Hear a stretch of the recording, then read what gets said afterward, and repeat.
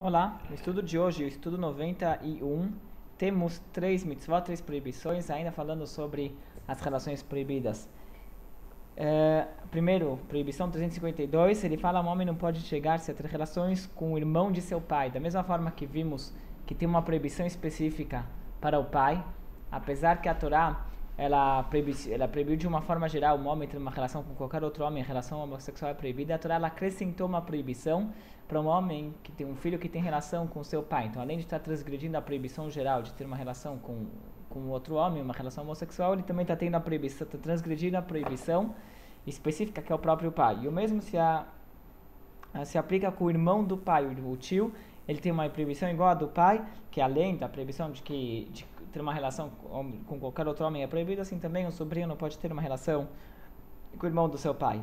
Depois, ele aqui no livro ele se estica porque na contagem das mitzvot, essa foi a última mitzvah que ele falou sobre relações proibidas.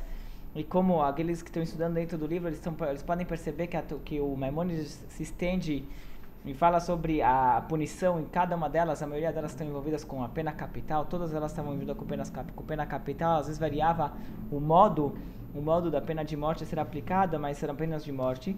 E aqui ele faz ele já aproveita, deixa e explica alguns conceitos sobre a pena de morte. Por isso ele se estende um pouco mais nessa proibição. Depois temos a proibição 347, que é não chegar-se a esposa de outro homem. Você não pode, aí é uma proibição óbvia, não cometeu adultério, uma pessoa não pode ter relação com uma mulher casada. E aqui de novo, ele também se estica para que ele cita que essa proibição ela foi repetida na Torá, inclusive ela faz parte dos 10 mandamentos. E ele se estica porque o curioso dessa mitzvah é que tem diferentes penas, dependendo da situação. Pode variar apenas, sempre vai ser uma pena de morte, mas pode variar a forma da pena dependendo da circunstância. E o Maimônides ele se estende aqui justamente porque a gente encontra penas diferentes para essa proibição na Torá. Alguém que está contando as mitzvot, que está contando os mandamentos da Torá, ele poderia acabar confundindo e contando proibições diferentes. Se não me engano, são três penas que podem ser aplicadas nesse caso. Então ele poderia, em três circunstâncias diferentes, então ele podia considerar cada uma das circunstâncias como uma proibição à parte.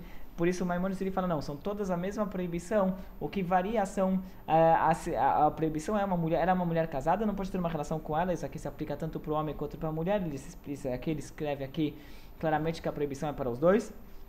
E o que varia é dependendo da situação, como que está o casamento dela, qual a idade dela. Isso aqui são as várias circunstâncias, dos detalhes dessa lei, o que vai variar, acabar mudando na penalidade dela. Mas a proibição é uma só, porque era uma mulher casada e ela teve relação com outro homem.